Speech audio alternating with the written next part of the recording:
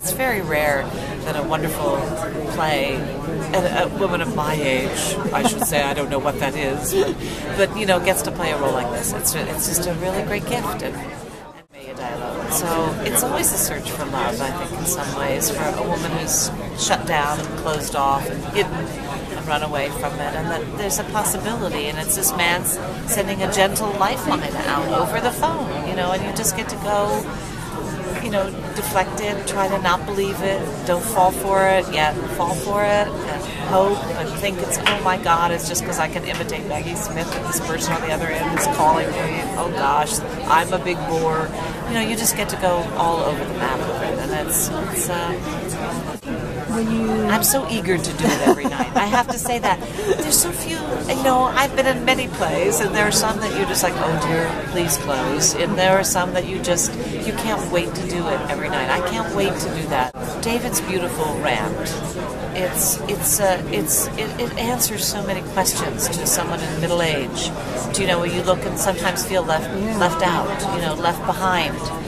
The culture is moving so fast, and I think that was Chris saying, not really criticizing it as much as saying it's leaving me behind. It's censoring me from the rest of the world. It's cutting me off because I don't embrace it. I don't understand it. I'm fearful, you know, as we are, and it's something unknown. And I think being able to hear it every night and express it, you don't shut down. It's just the opposite. You feel so at peace at the end of the show. Do you know, it's a... My loving Chekhov plays in my 20s when I studied them in college, and then see them later in theater. And then I suddenly thought, wow, I'm so old that I actually could be Uncle Vanya. And so then I had a what-if idea that I could write a play. What if I were like Uncle Vanya and I'd never left home and I was kind of bitter, and I had a sister who was bitter and another one who was a big success, like Madame Arkadina and the Seagull. And then I just sort of, I write intuitively, and I wanted to make it not, though, be a period piece, so I set it in the present in Bucks County, Pennsylvania, where I live, and the play sort of developed and actually got, well, anyway, it got a little emotional undercurrent that I wasn't expecting. By the way, you don't have to know Chekhov to enjoy the play, but in Chekhov plays, the unhappy characters often live in the country and are bored and unrequited love and so forth, and some glamorous relatives like the professor in Uncle Vanya or Madame Arkadina, the actress in Seagull, live in the city or travel. And so I decided to, I put myself mentally in the role of Vanya and said, okay, what if I had, you know, not gone to college, or if I hadn't gone to New York, if I hadn't tried to be in theater, but say I just lived in the same house I always lived in, and nothing ever happened that was happy in my life, and I went from there, and I thought that Vanya and Sonia, his adopted sister, would be really bitter, and I definitely wrote her to be bitter, although happily she's funny bitter. But Vanya stopped being bitter as I was writing it. He seemed a little more at peace, I don't know why, and also he was the peacemaker in the family, which I was in my own family growing up, so that aspect. Otherwise, there isn't anything too much, but and then when Sigourney Weaver's character comes in, and she's, even though she's called Masha, she's more like Madame Arkadina, but she's a narcissistic, successful actress. She's so used to getting her way, she comes in and sort of tells everybody what to do, and it makes for comedy for some reason. I always had the idea for David Hyde Pierce's monologue. It was just something about looking, because I'm a baby boomer, I was born in 1949, and you know, there are lots of things that were not great about the 50s, but there were things that were simpler and sweeter and so forth, and that's what his monologue is about. And and it has so many references from the 50s and 60s. I love listening to the people who remember them. And I did write it so that younger people can follow it by sort of explaining it. And then the other monologue, I didn't know I was going to write. It was because sometimes the characters take over. Christine Nielsen's character Sonia is so unhappy. She's forced to go to a costume party. She decides to dress up for it to spite her sister, and she has a great time at the party, we learn, and she comes back, and lo and behold, later she gets a call from somebody she met, and it's kind of her first date, maybe in her life, actually, or for 20 years. And it's funny, but it's very poignant, too. And I have to say that the monologue is kind of how I wrote it. I took out like one sentence. Honor. You know, Smokey Robinson wrote so many wonderful songs. He had so much to do with the soundtrack of our lives and of the history of this country that it is really a dream come true to get to play him on Broadway 8 times a week and to sing his incredible music that he not only wrote but sang and recorded himself. The truth is, I did not realize how many songs he wrote for other artists. I didn't know that he had written over 18 #1 hits and over 40, hit songs for Motown. I knew that he obviously was a recording artist, but I didn't quite realize he wrote songs that I knew and loved, like My Guy and My Girl, which we talk about in our show. That's the other thing I learned. I didn't realize that Smokey Robinson and Berry Gordy are still best friends to this day, and Smokey Robinson helped build Motown from the ground up. He was an integral part of Motown. He's been there from the beginning. He was the original vice president. The Miracles brought in the first #1 hit, Shop Around, and they've been really integral in the success of Motown. So getting to learn all that and to get to portray that on stage is incredible. Yeah, I got to meet Smokey on opening night. He was there with his smile and welcoming open arms, and his beautiful wife, and my family was there, so they got to meet Smokey, who was one of their icons, and I got to introduce them, and he was so gracious as to not only just say hi, but take pictures and even, share a couple laughs with them and talk to them for a little while. He's just the nicest, sweetest man. I met him once at our press launch we did in September. It was the first time I met him. We were doing, we were announcing our show to the world before we went into the official Broadway rehearsals, and so I got to do a scene. We were doing excerpts from the show, so I got to do a scene and a song. Right before us to go out on stage, my cast members told me, "Do you know Smokey's here?" I was like, "Oh God, thanks guys." So I went out on stage, sang the song, and then we took a break. I went out into the audience, and he was just welcoming with open arms and told me I did a good job. I watched every video clip I could find on him, and I just listened and listened over and over to his inflections and his tone. Ethan Pop, who's also nominated today, is a great orchestrator, but also worked with us vocally and to creating the sound of these icons. So I really did my research, and it paid off. Before this, I was in Jersey Boys, and then I was also in the original cast of Sister Act on Broadway. Woke up and watched the Tony's telecast. We were not together, but we called each other right after, screaming, running around like crazy. I broke my toe. Too crazy. My energy was too. I was like flopping around the apartment. You know what I mean? It was just like. And then also just as all that news was coming in, people were reaching out to us, email and Facebook and texting and all that stuff. Then we started getting people. Oh my gosh! I just listened to the album. So the whole day was like ding.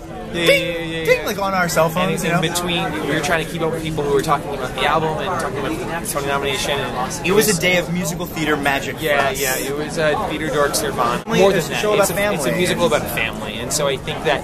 And Jewish, Christian, Muslim, whatever you are, everybody has a family that they sometimes want to strangle and get through crazy times with. And every kid has this thing that he wants, and whether it's for Christmas or Hanukkah or just in life, because the new PlayStation is coming out next week, and oh my gosh, my life will be complete if I have that new PlayStation. So great. That takes place any time of the year. So I think it's a really universal want and a universal story about a family. Yeah. To say it's just we're working on a new musical with this great playwright Stephen Levinson, who has a new show. There's two new shows opening in New York right one now. in Core Values at Ars Nova, and the other is the unavoidable disappearance of Tom Durnan, which at Roundabout. And he's a fantastic writer, and we are so excited to work with this guy, and excited to see what we all come up with together. It's a totally original show, and yeah. Smash happened really like we, I think a couple of people involved with the show came to Dogfight and saw that, and we sort of got asked if we would just pitch something to write for the show, and so we pitched a song, and they gave us sort of a really loose scenario, and they said this is just to audition, and so we pitched a song to audition. And they're like, great, it's going in the second episode. We're like, wait, what? Wait, we thought we were just pitching for. They're like, no, we like the song. It's going in the second episode. So right away, we sort of started to get some jobs doing that, and it was just it happened to be at the right time. We've written like three songs and some reprises. It's been really exciting for me to work on the musicals. I think I've been on for 4 years. working on it to be on Broadway last year and to get the response we did, and now to hear yesterday morning, it was thrilling. Interesting journey because we did the movie and it got okay reviews and okay box office, and it was before television, so the movie sort of went well. But then as cable and video started really booming in the 80s, the title kept coming back, showing again, and so it was really a film that I think got a lot of life later. And so a lot of the recognition came from it was not really expected for it. But the movie lends itself, I think, very well to an adaptation on stage. You know, tonally, there's a lot of fantasy sequences. The movie's kind of eccentric. It has a fun tone to it, and so it lends itself really beautifully to the musical format. And to get recognized by your peers, it's quite a remarkable thing, and I'm so happy for the group. We work very hard on these things, and we really approached it not as just a seasonal show with some effort to take. But then I started really working behind the scenes when I was 20, and then started making movies around 30, and became partners with Vince Vaughn. Made a lot of films with him, and it just really had a very life in film and TV outside of acting, and certainly away from Christmas Story. But when I heard about this, I thought, oh, that's a good idea, and I actually got creatively excited for the first time, really since the film was made, because there were always bad ideas or suggestions. We should spin into this, or would you be interested in partnering on this? No, thanks. It was amazing. The cast was unbelievable. I actually knew very little about cheerleading when we started, and I started to meet these amazing tumblers and cheerleaders and just couldn't believe what they were capable of doing. It was amazing. The project came to me, and I didn't know much about cheerleading, so I began a very long research process, familiarizing myself with the cheerleading world. But really, this was an emotional story about what young people feel like and finding themselves and finding their passions and realizing they don't have to be perfect. And so cheerleading became a lens through which we were telling the story, but it wasn't about cheerleading. So the show provided a great atmosphere that we could accomplish lots of things through dancing and singing, and then the really emotional, poignant moments grew into this big Olympic cheerleading. And so it was about cherishing the ability of those high-flying stunts and not overusing them, to make sure that the audience had a wow factor that equaled the emotion they were supposed to be feeling, like similar to the way you feel when you sing a high note in a love song. The more emotional a moment gets, the higher you go. And so I sort of wanted to use cheerleading in that way in the show. Now you also used a lot of raps. Next for you. I'm doing a very cool new musical called Fly, which is a reinterpretation of the Peter Pan story that focuses a little more on Wendy. Oh, I've heard about this. And that's opening in Dallas this summer. It's by a lot of the team who did In the Heights. And I'm also working on a new musical dance narrative called Only Gold, which is a full-length dance piece, which is really exciting with British singer-songwriter Kate Nash. Oh. So it's like 2.5 hours of dancing, which is really exciting. When we were in the midst of choosing the creative team, we had started talking to a lot of the more established teams, and they said, "Oh, I love that movie; it's really great." And when do you need a script? We'd love to work on it. I go, "Well, we're booked for this season, so we need a script in about 6 months." And they were like, "Oh, no, we can't do that. We're too busy." I was like, "Okay." So we started looking at younger teams, and let me say we listened to maybe 5 or 6 teams that came from some of the top agencies. And when we heard Justin and Benja's work, there was a spark set off, and you could listen to the structure, the composition at the time. They were 23, 24 years old, and they listened to we all learn about musical theater. We understand what the intricate rhymes, the way you play with words, how to match the music phrases, how all this works. And when you listen to them, they have this innate ability to find the magic in all the structure and the technicalities of musical theater and make it great and pop and wonderful music we want to listen to. So we gave them the chance, and we were thrilled that they said yes. And then we got all this kind of feedback from some of our partners along the way, investors and so forth. And I said, wait, remember that all of our great composers, the Gershwins, the Berlins, they all wrote their best stuff in their 20s. And I think they have a huge career ahead of them. I think the industry is much like we are, is that we finally feel like the industry set up and said, we're going to give you recognition for it's a piece of good musical theater. It's just because it's got Christmas in its title and it happens to take place at a certain time of the year, it's a good piece of musical theater that could be done year-round. No, it's true. It really is. There's universal themes, and I think it applies to not just it applies to our lives now. We can all apply. We can look up a generation and apply it to our parents, how they raised us, and we can look down at our children and say, I hope we pass along those values, and we do the best we can, despite financial or any kind of challenges that are in our way, and we all can relate to this. And we joke that.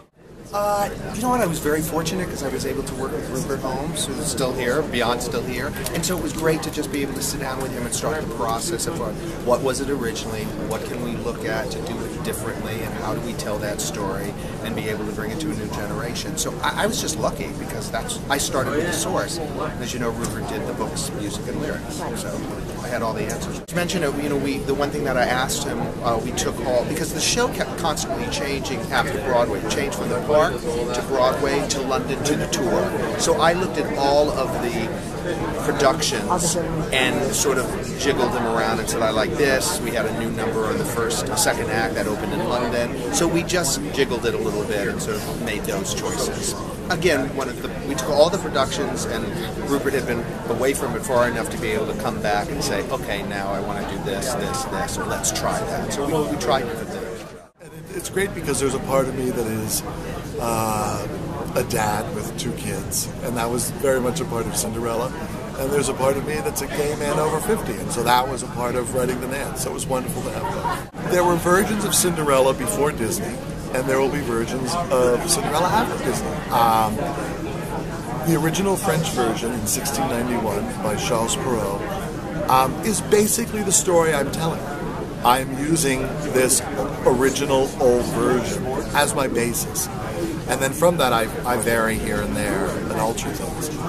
But I really wanted it to be the experience of theater, of real theater. So it has to have twists and turns.